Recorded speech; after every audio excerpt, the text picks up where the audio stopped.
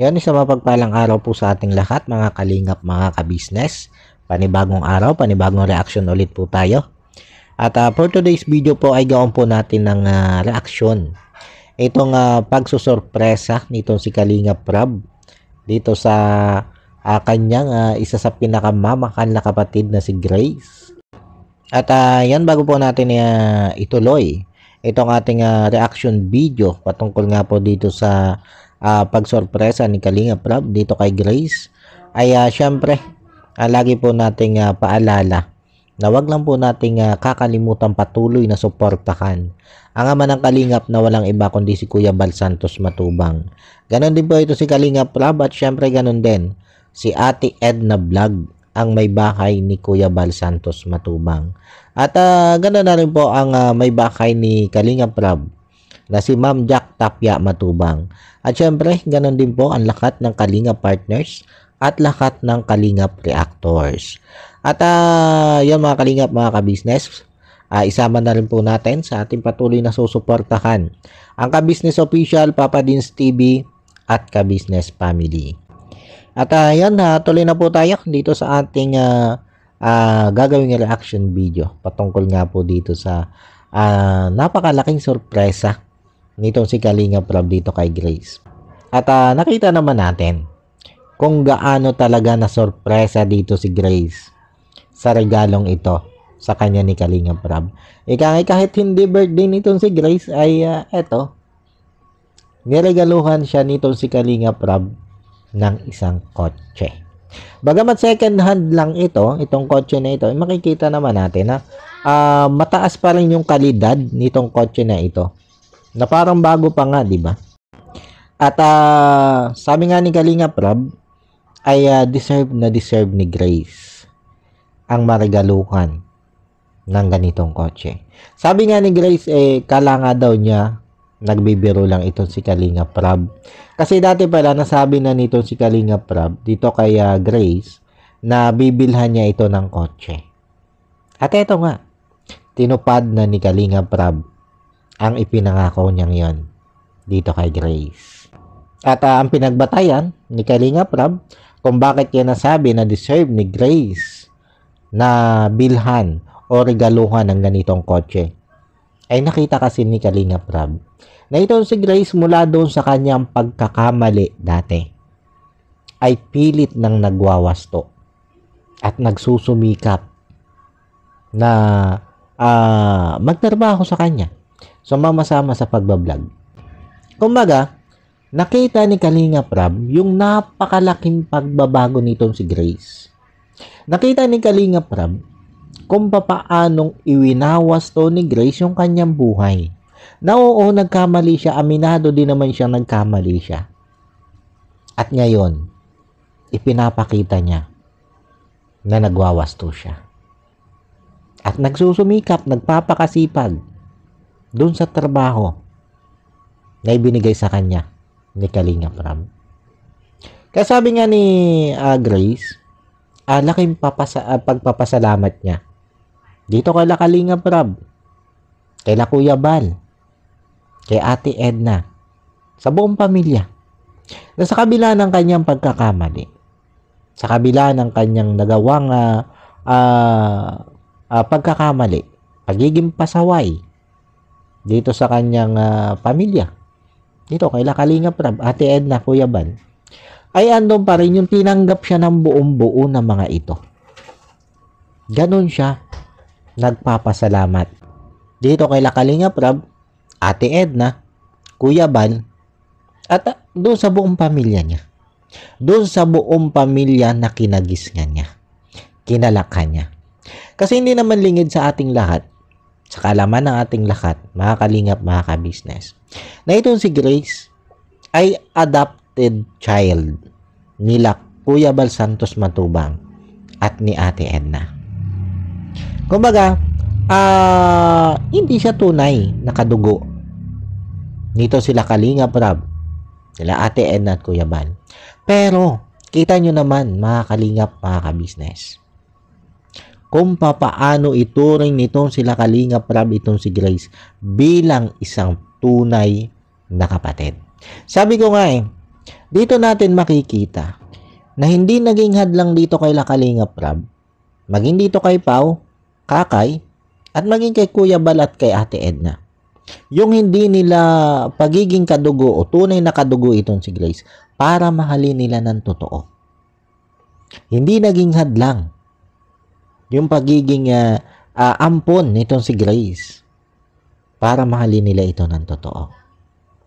Ipinakita at ipinaramdam nila dito, lalo na ni Kuya Bal at saka nitong si Ate Edna, na hindi iba sa kanila si Grace. Ipinakita dito ni Kuya Bal at Ate Edna ang pagmamahal nila kay Grace bilang isang totoong anak. At bakit ko nasabi yan? Kasi hindi naman ituturing nila Kalingap Rab, Kakay at Pau na tunay na kapatid yan si Grace kung nakita nilang merong pagkakaiba ng pagmamahal sa kanila nila Kuya Bal at Ate Edna kumpara kay Grace. Ibig sabihin lang yon, pantay-pantay ang ipinakitang pagmamahal sa kanila ni Kuya Bal at Ate Edna. At hindi na itsyapwera itong si Grace kahit nga ito isang ampon. Kaya naman kita mo kung papaano pinapahalagahan at minamakal nitong si Kalingap Rab itong si Grace bilang isang totoong kapatid. Diba? At yun yung sobrang ipinagpapasalamat dito ni Grace. Alam niyo mga Kalingap, mga ka-business, ramdam ko si Grace dito. Ramdam ko dito si Grace. Yung pagpapasalamat niya ng lubusan dito kay Kalingap Rab at sa buong pamilya niya na kinagisnan. Alam ko na nagpapasalamat siya sa mga ito. Dahil, yun nga, alam naman niya na ampon siya. Pero sa kabila ng siya nga'y ampon, ay hindi niya naramdaman sa mga ito na siya ay itsyapwera, na siya ay hindi kadugo nito mga ito.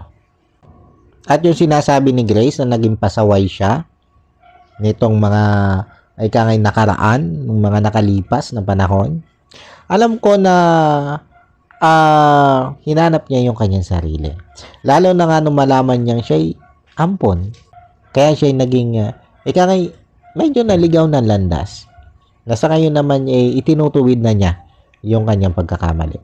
Kasi alam niyo mga Kalingap, mga ka-business, may kaibigan din kasi ako na katulad ni Grace na nalaman niya na siya'y ampon ay medyo malaki na siya.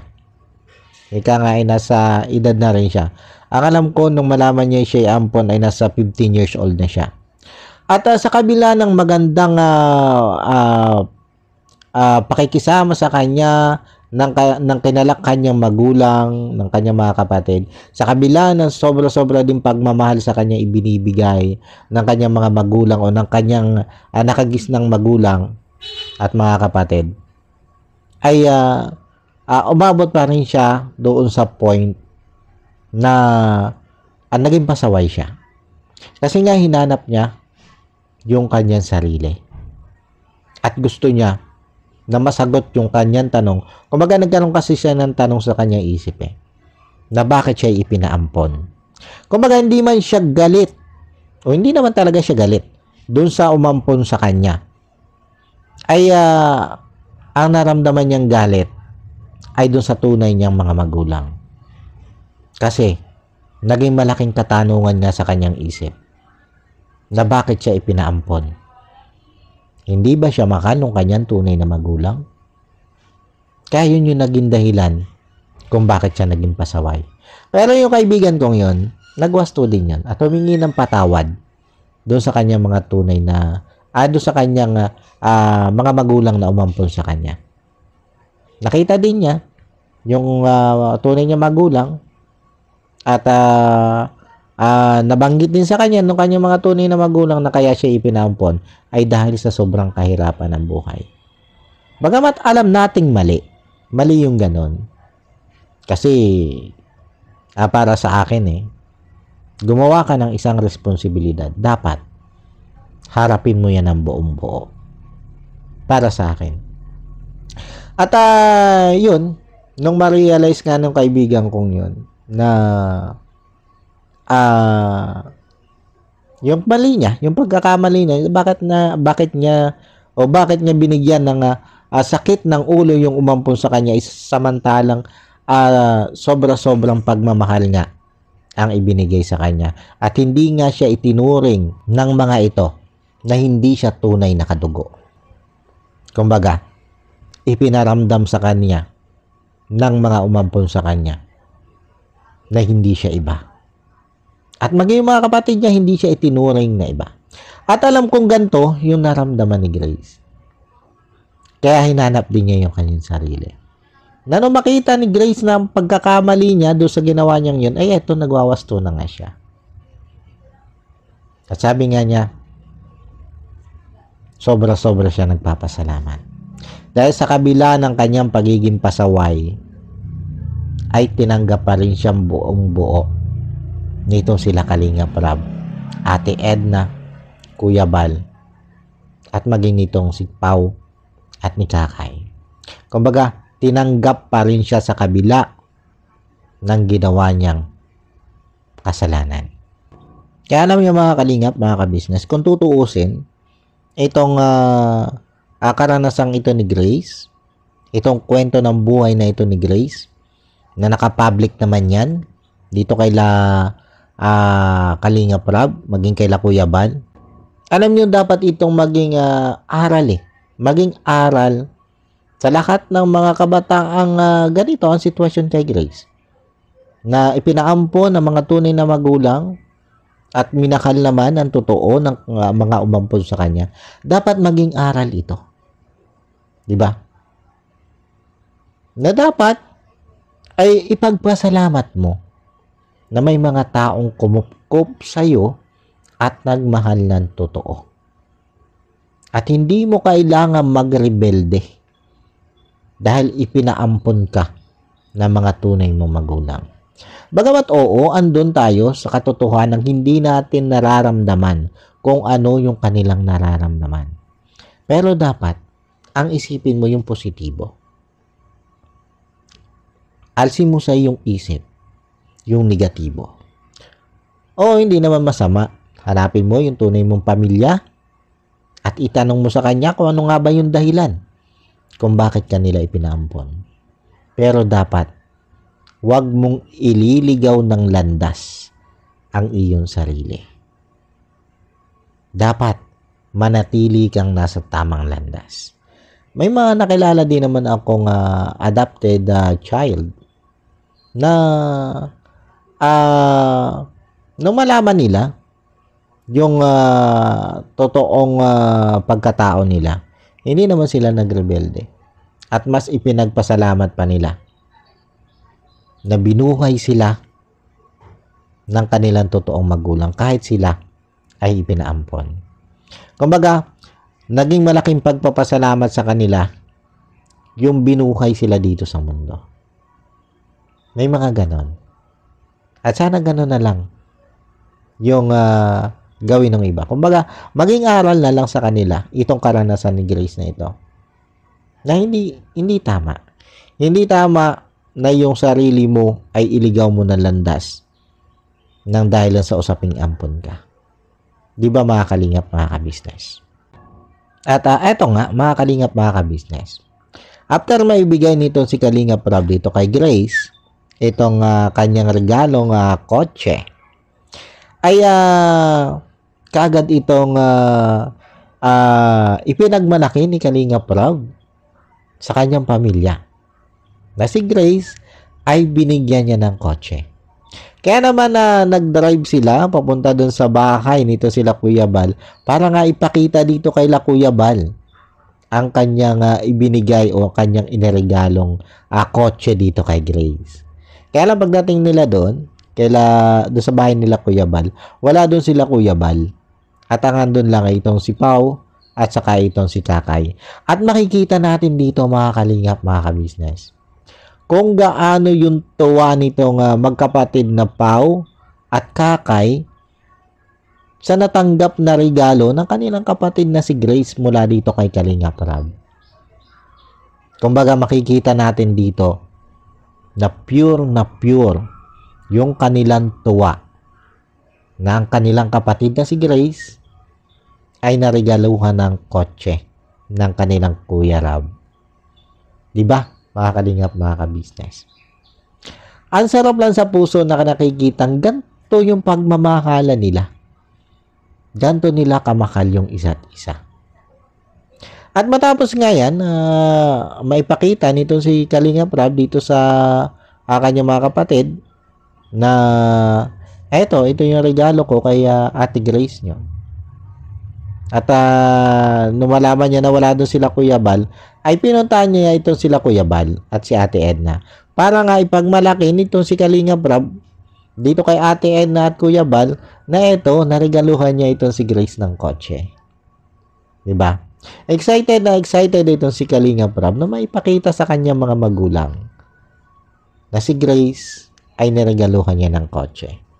At ito nga mga Kalingap, mga ka-business, nung nandito na sila, ay ako na nila nakita itong si Kuya Bal eh. Sa daan pa lang nakita na nila ito si Kuya Bal. At hindi nga sila nakilala nito si Kuya Bal. Kaya nung bukas nung pinto, nung bintana pala, ay nagulat si Kuya Bal. At tinanong niya kung kaninong kotse yon. At nung sabihin nito si Kalingap Rab na regalo niya kay Grace, hindi makapaniwala ito si Kuya Bal. Diba? Hindi siya makapaniwala. At nung dumiretso sila para ipakita naman kay Ate Edna itong kotse nga binili ni Kalingap Rab dito kay Grace. Maging si Ate Edna hindi din basta-basta naniwala o hindi din makapaniwala na niregaluhan niya nitong si Kalingap Rab ng kotse itong si Grace. Kasi hindi naman birthday ni Grace. Diba? Kumbaga, ginawa lang talaga ito ni Kalingap Rab na regaluhan si Grace ng kotse para may paramdam nga niya dito kay Grace yung kanyang purely na pagmamahal bilang isang kapatid. Diba? At kita mo dito yung tuwa nitong mag-asawang Bal Santos Matubang at Ate Edna doon sa ginawang pagre-regalo nga nitong si Kalingap Rab ng kotse dito kay Grace. Tuwan-tuwa sila na nareguluhan ni Kalingap Rab si Grace ng ganito. At sabi nga ni Ate Edna dito kay Grace, ay baka naman ikay magparalayas na dahil may kotse ka na. Pero sabi naman nito si Grace ay hindi naman daw. At lagi pa rin siyang papasok. Pero yun, napagkabiroan siya dito ng kanyang mga kapatid na magiging late na daw ito si Grace pumasok. Kasi nga may kotse na kung kailan nagkakotse, saka malilate. At dito mga Kalingap, mga ka-business, nagjo-joke dito si Kuya Bal na baka daw itong kotse na ito ay kanya. Baka daw sa kanya ito regalo. Kaya sabi ni Kalingap Rab, ay baka daw umiyak ito si Grace. Kasi kay Grace talaga ito. At hanggang nung paalis na nga sila eh. Niloloko ni Kuya Bal na baka sa kanya to, hindi kay Grace. Magkita sila Pau ay sinasabi dito kay Kuya Bal at Ate Edna na hindi, kaya ate talaga yan, kay Ate Grace talaga yan. At regalo nga daw ni Kalingap Rab.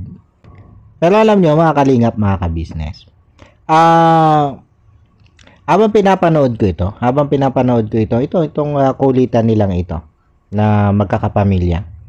Sabi ko ito yung masasalmi mo dito yung isang happy family.